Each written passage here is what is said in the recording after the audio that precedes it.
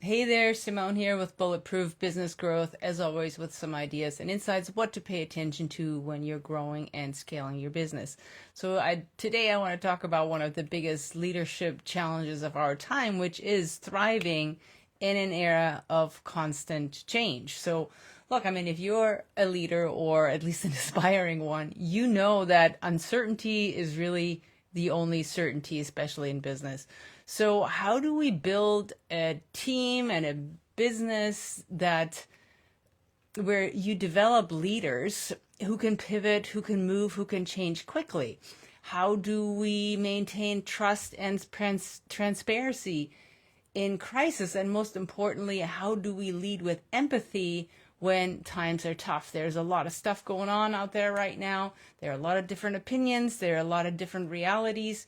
And our team experiences all of this. So for the next 20 minutes, stick with me as I'm going to break down all of this into actionable insights that you can apply right away. So let's talk about, first I want to start with why adaptability is so important. It's really the number one leadership skill. So starting with the big picture, we all know the world is changing faster than ever before. I mean, when you think about AI, politics, economic shifts, climate disruption, unpredictable global events, all of this can shake up entire industries literally overnight. So great leadership today it's never been about having all the answers. It's about being adaptable, being resilient, and open to learning. And I think those are two of the most important concepts here, being resilient and being open to learning, because that's when that isn't the case, that's when things go horribly wrong. I mean, think about this. The most successful companies in the world, like Apple, Amazon, Microsoft, they didn't just survive change. They thrive because of their leaders' ability to really embrace change and make that part of their business model. So in 2025, that means accepting change as a constant and not as a disruption. And that's a really big one. I mean, I say this to our clients all the time. It's like, you're not in the business of whatever the business is that you're in. You're in the business of change. You're in the business of solving challenges. And change is one of the challenges that you face in business all the time. So, and this is like, change is tough for many, many people, because when you think about it, you've probably heard me talk about human needs theory, which I love because it's so influential and so simple to understand the human mind. But one of the first human needs is certainty.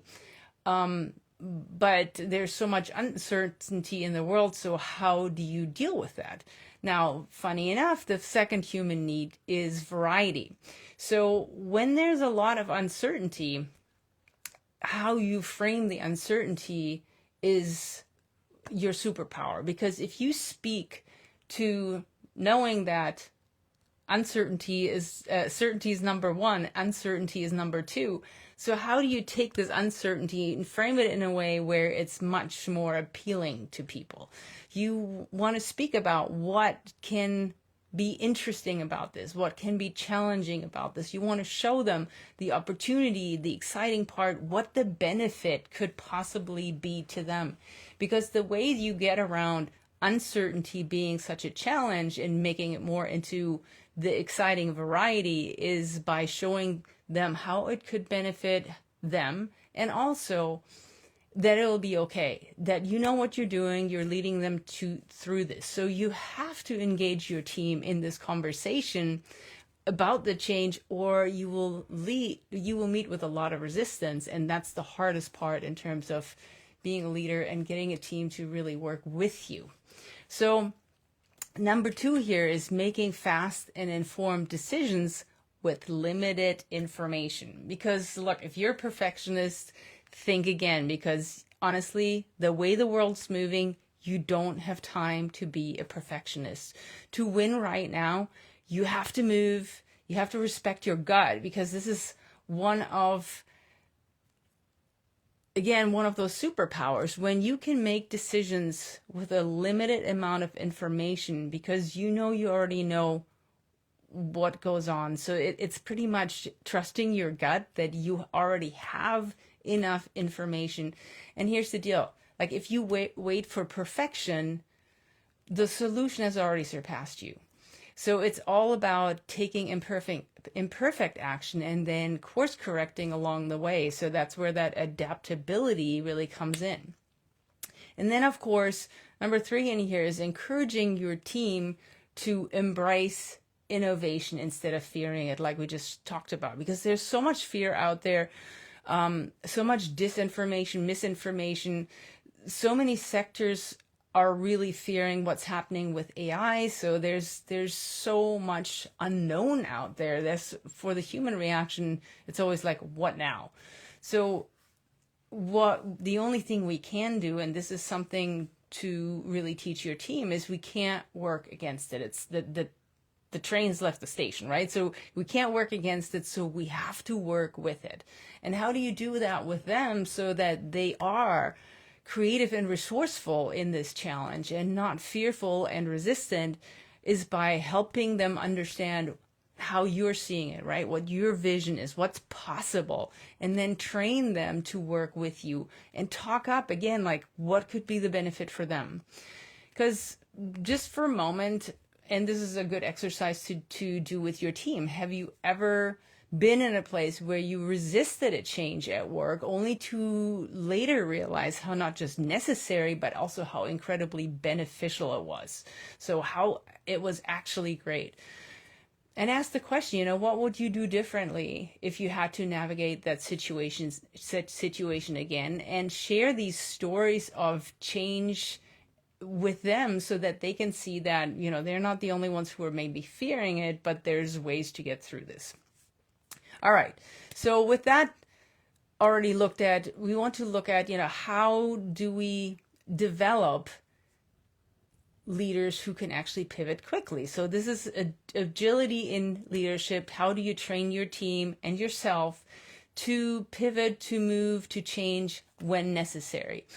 And I'm sure all of you know that adopting a growth mindset is one of the most important mindset changes that you can practice and preach, because leaders who pivot quickly focus on learning and not knowing. Like the minute you are stuck in knowing everything that's happening, you're stuck. So you always want to look at, what can I learn? What's going to get us to the next step? What do we not know?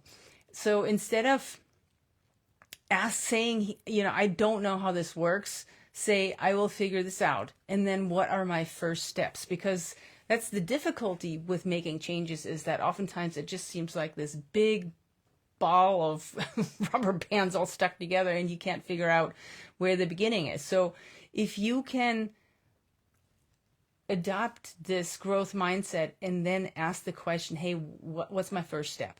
And you can figure out what the first step is, it gets much easier after that. You also want to engage in scenario planning, because that cuts out a lot of that fear and uncertainty. So the best leaders anticipate multiple possible futures, because look, we already know we can't predict the future. Nobody has a crystal ball. We wish we did, but we don't. So the only thing we can do is plan for multiple scenarios so that we have a backup plan to the backup plan to the backup plan.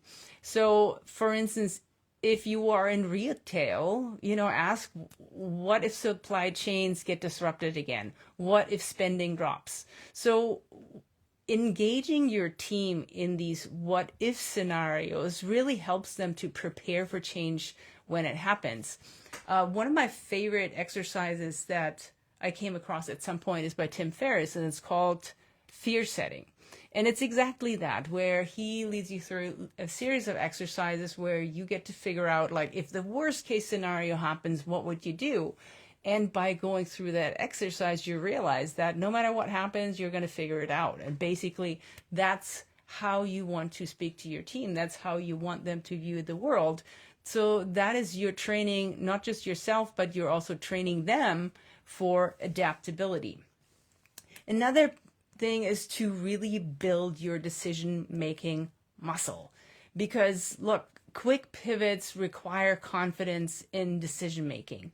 And when I look at so many of our clients, being decisive, being committed to the decision, and just getting going, making that first step is incredibly hard for them. And that's where they get stuck. And so much time and opportunities get wasted because the decision making muscle is weak. So really train your decision making muscle. And you could use the 70% rule, right? If you have 70% of the information, make the call. Waiting for 100% certainty, honestly, is a luxury you can't afford, especially in this day and age. So another one of those fun questions to ask yourself is, what's one decision that you've been delaying right now? And what is that gaining you? And more importantly, what is that costing you? And then think back, like, what would happen if you made that decision today? Like, what would change? And think back about, in the past, what are decisions you didn't make? And then later on, you realized, again, what that cost you because you were too slow on the move. All right. So another one, when you are in times of change and maybe even going through a crisis, another big leadership mistake to make is going silent, not saying anything, maybe because you don't know what to say. So, when uncertainty hits, whether it's layoffs, industry disruptions, politics, economic downturns, whatever it is, your team is looking at you for clarity and for certainty, even, you may not have the answer. So how do you deal with that? One, I would say communicate early and often, because silence breeds fears and rumors. And that's the worst thing you could have happen, because that's when people start looking for another job. That's when people already make a decision you don't want them to make. So you want to be the one who actually controls their thinking and the narrative of the situation. So even if you don't have a full plan, say, hey, here's what we know and here's what we don't, but here's what we're going to do next. So again, like I said earlier, it's like they want to look at you, and even when the situation doesn't feel certain, they want to look at you and know that you have a plan, you know what you're doing, and that you're leading them through this situation. That's why we're there with you. You also want to stay honest, but be optimistic in that honesty. So because people do respect truth and transparency. So instead of saying, hey, everything is fine, we're totally fine, say, well, we're going through some challenges. Here is how we're tackling, how we're going through this is what we're going to do. Again, you are the one with the plan. And if they feel like they're following somebody with a plan, it gives them the certainty to even go through very uncertain times. And I would really encourage you to involve them in the problem solving you're going through, because they want to feel part of the solution. Like, just think about how uncertain and how insecure you can feel when you don't know what to do. So if you know something is up but you're not part of actually working on it, it's much, much harder than knowing there's a challenge, but you're working on it. So ask for input. What ideas would you have to navigate the situation? This builds trust and buy-in instead of resistance. And again, resistance is what you want to avoid at all costs. So, think about a time when a leader you admired handled a crisis well. What did they do differently? And most importantly, when they handled a crisis well, how did you feel when you watched them go through it, when you watched their certainty, when you watched their ability to navigate, pivot, change, whatever they were doing, and you felt their certainty despite the fact what was going on in your head? How did that help you? Right? Because that's how you want to show up. So, and as you go through that, you want to lead with empathy in uncertain times. This empathy here is not a soft skill. It's your superpower, Because when it's uncertain, people need a leader who understands, who listens, and who supports them. And that's who you want to be. So one of the things you really want to do is you want to ask them questions. You don't want to assume that they know how you feel. Like, let's say you're going through a downturn. You're having to impact people by cutting their hours. You could just assume that they're going to have all sorts of reactions. But when you ask them, you get much better information. It could be that they're actually not that upset about it. It's actually presenting an opportunity for them. So instead of assuming that you know how your team feels, ask them, like really ask them, how are you feeling about this change and what can I do to support them? Now, if you're in a time where you really have to push and people have to show up and give it their all, make sure that you do balance trying to get results with everybody's well-being, also with mental well-being, because when you have a super stressed out team, they won't perform well. They won't perform at their best. So make sure that you encourage breaks, that you encourage mental health days, and that you help them balance their workloads so that they can stay effective and that they can help you really navigate the situation. And of course, part of that is you leading by example. So if they see you looking like you burned the midnight oil over and over and over, and if they see you frazzled and stressed out, guess what they're going to feel like? So as you're going through these challenges, show them that it's okay to be vulnerable, to be honest.